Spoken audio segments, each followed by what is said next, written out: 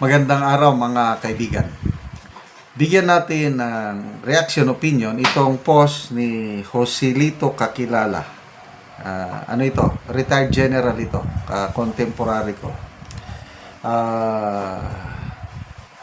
Pinag-usapan dito sa post niya yung pahayag, pasabog ni Congressman Toby Chanco na as early as November of 2024, alam na ng Pangulo yung ginagawang kalukuhan ni Martin Romualdez at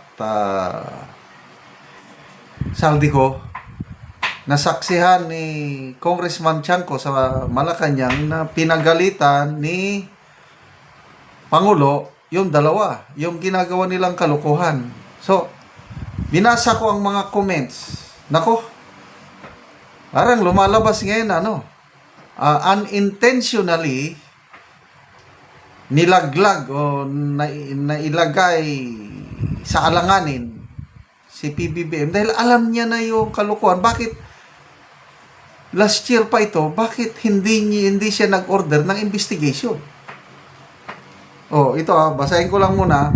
The President, fully informed by National Intelligence, has long been aware of public concerns regarding alleged corruption in DPWH infrastructure projects. Agree. Alam niya na pala eh. He reportedly warned former Speaker Martin Romualdez that the growing outcry over purported 100 billion peso kickbacks and irregularities allegedly perpetrated by Romualdez and Saldico could soon lead to unavoidable accountability.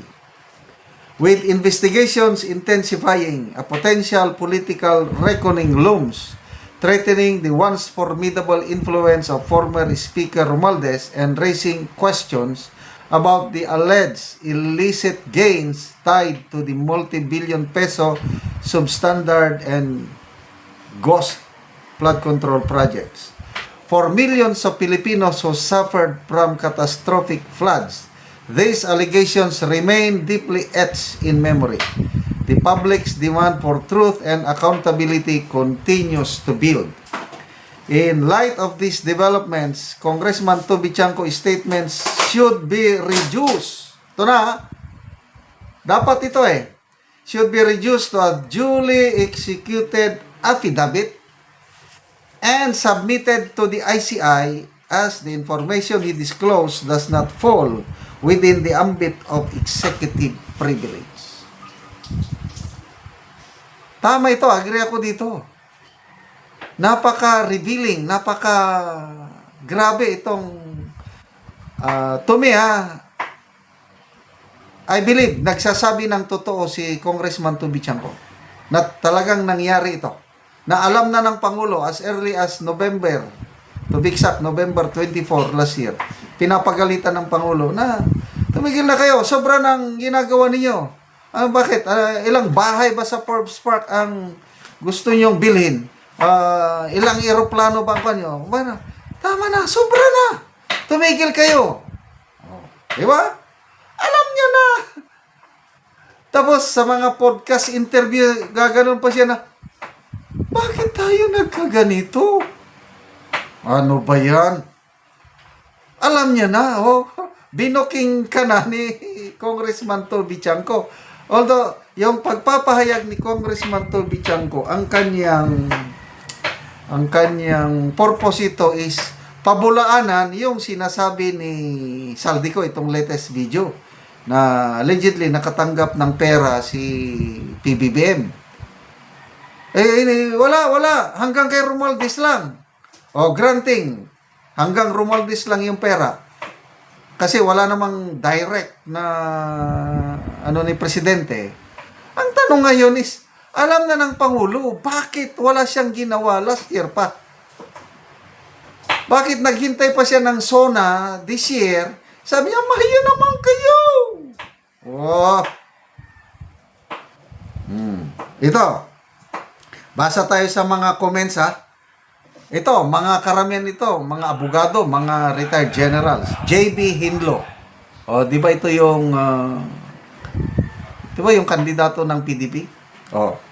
Alam na pala ni PBBM dati Bakit pa niya pinatagal at hindi kinasuhan pa dati si ex-speaker Romualdez at Saldico? Si PBBM mismo dapat ang maging witness sa alam niya. Oh. Diba? O, di na.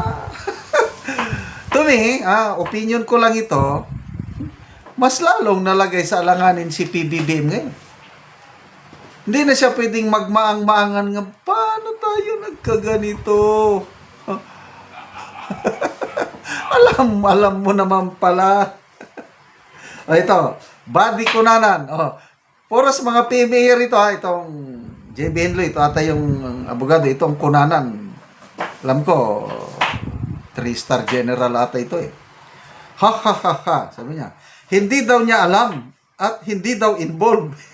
Since 2020 pa yan nag-umpisa, his own idiot BBM secretary and alter ego was the primary officer overseeing the budget and the net. His first cousin was speaker.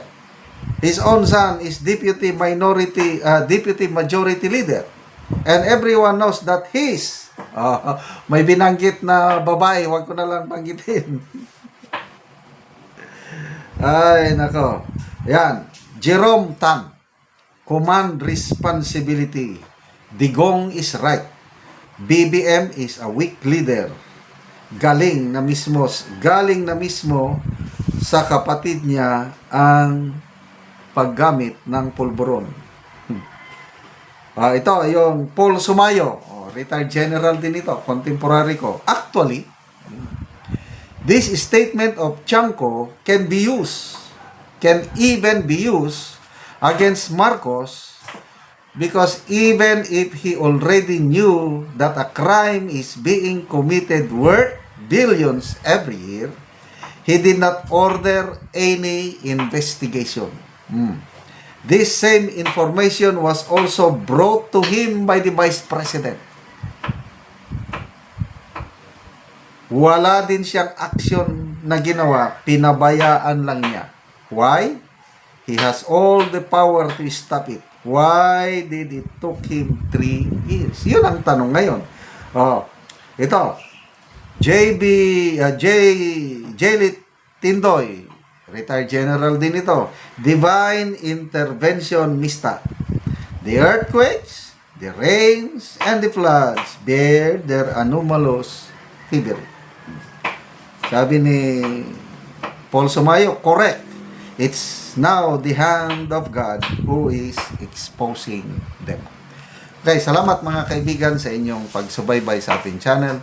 Nakakatulong kayo ng malaki sa tribong Talandig ng Bukidnon dahil sweldo natin sa channel na ito is pantulong sa tribo. Namimigay tayo ngayon ng mga libreng yero at pako para makapagpatayo itong tribo ng mas maayos na tirahan. Panoorin nyo ang video na ito. Karon mo na ni si Angkol mataga og yero nga magatop na siya sa iyang balay.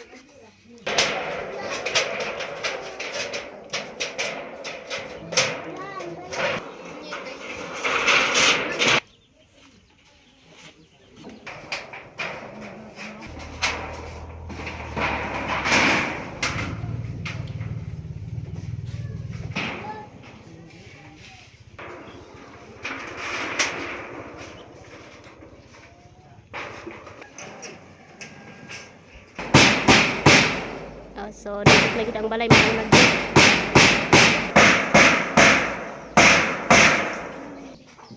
So, nahuman na gyud ang balay. So, nahuman na gyud og atop. So, nindot na kaayo. Imo na to day. Imo na to. Nahuman man to. So, nindot na gyud kaayo ang yang balay kay nahuman na. So unsa ang imong masulti nga nahuman na gyud ang imong gipatindog nga balay nga natagaan kag yero? nagpasalamat ko sa Ginoo kay natagaan ko yero. Salamat gid kay sa nag-sponsor. Kaya kung wala ang tabang dili gyud ko makabalay. Nanginaot ko nga dagan pa ang matabangan nga sama na ko nga nakabalay. Oh, nakabalay na ka. So pila na ka tuig aya pa ka nakabalay? 2 years na. So 3 years na siya aya pa nakabalay. So nindot na kay ang balay. So nagpasalamat siya sa nagatanaw sa video o labi na sa Ginoo o sa nag-sponsor. Sige, salamat.